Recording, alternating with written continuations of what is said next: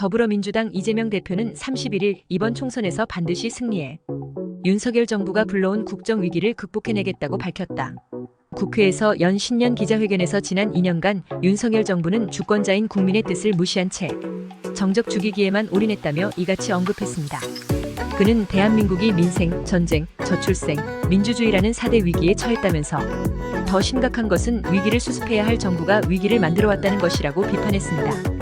이 대표는 윤 대통령을 겨냥해 국민 통합에 앞장서야 할 대통령이 국민을 편가르고 시대착오적인 이념전쟁을 벌인 결과 우리 사회는 더 극심하게 양극단으로 분열되고 있다며 급기야 상상조차 할 수 없었던 정치인 암살, 테러가 가장 안전하다는 대한민국에서 벌어졌다고 지적했습니다. 그러면서 저에 대한 소위 암살 시도, 정치 테러가 개인에 의해서 벌어진 일이라고 생각지 않는다. 그분이 저하고 무슨 사적 감정이 있다고 백주대낮에 1년 동안 칼을 갈아서 단검을 만든 다음에 연습까지 해가면서 자신의 모든 것을 걸고 정확하게 목을 겨눠서 칼을 찌르겠느냐라고 되물었습니다. 이어 권력을 상대를 죽이는데 사용하게 되니까 국민들도 그에 맞춰서 좀 더 격렬하게 분열하고 갈등하고 적대하게 되는 것이라며 바꾸는 첫 출발점은 통합의 책임을 가진 권력자가 통합의 책임을 다하는 것이라고 거듭 지적했습니다. 이 대표는 국민의힘 한동훈 비상대책위원장을 향해서도 운동권 청산이니 자객 공천 이런 얘기들이 있는 것 같은데 사실 지금 청산해야 할 가장 중요한 과제는 검사 독재라며 남의 눈에 티보다는 자기 눈에 들보를 먼저 보도록 노력할 필요가 있다고 꼬집었습니다.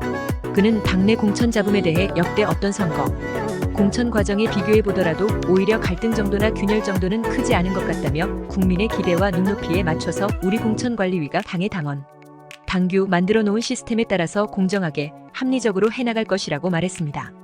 그러면서 내부의 경쟁이든 외부와의 경쟁이든 도와 선을 넘지 않는 그런 각별한 관심과 노력을 부탁드린다고 당부했습니다.